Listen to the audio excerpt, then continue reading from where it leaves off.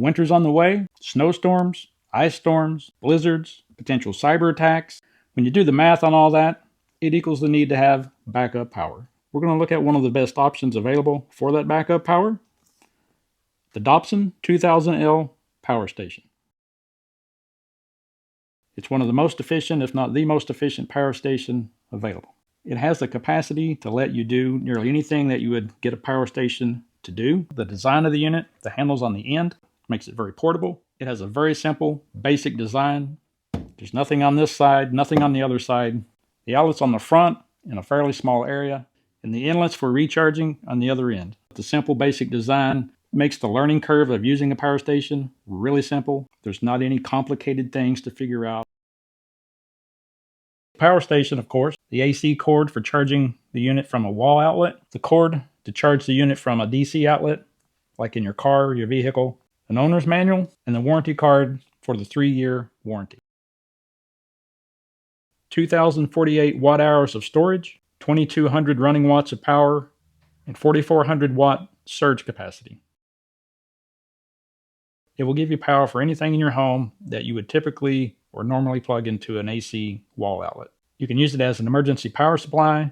Let's use your refrigerator as an example. You can plug your refrigerator into the power station, plug the power station into a wall outlet. Your refrigerator will work as usual, drawing its power through the power station, but from the wall outlet. And then should the electric go out, the refrigerator will keep running, drawing its power from the power station. That's an emergency power supply. You can use the unit and recharge it at the same time.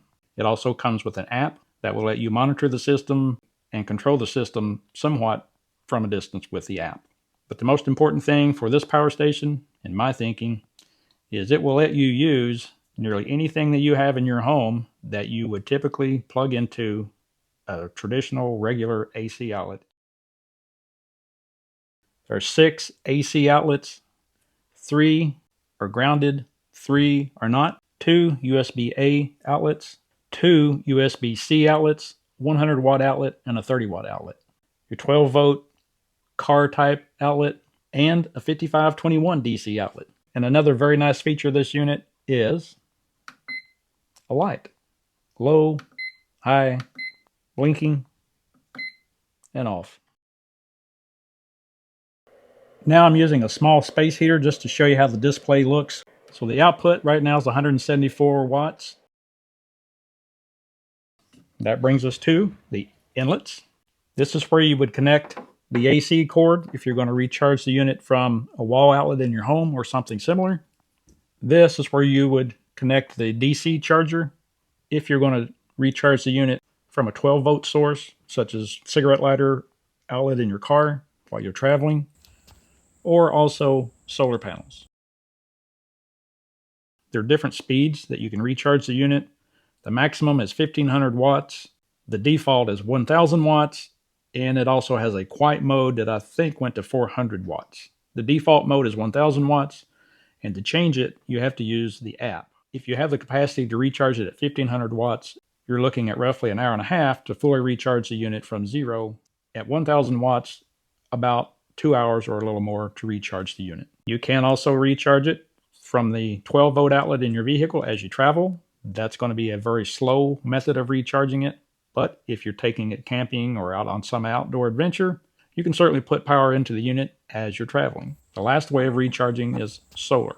And you can recharge with solar up to 800 watts, which is somewhat slower than the AC outlets.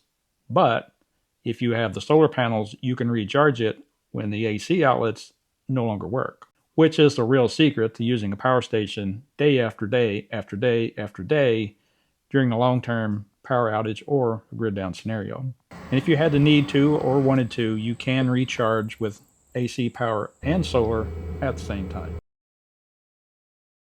The things I like, it's very simple and basic in its design. That makes it easy to use, easy to understand. There's not a very big learning curve with operating the unit. It's large enough to use nearly anything in your home that you would plug into an AC outlet, and it's small enough and portable enough to easily move from room to room. It has the light on it, which is not real common for units this large. I like that it has the 5521 DC port. A lot of units don't have that option. Overall, I really like it. Very portable, easy to take from room to room. It will let me do all the things that I want a power station to do. It has the look and feel of a very high quality unit and very competitively priced. What don't I like about it? It doesn't come with the option of adding expansion batteries, although you can easily overcome that by using solar panels. And there isn't any list or chart of error codes. I did have an error code that came up as I was using the unit.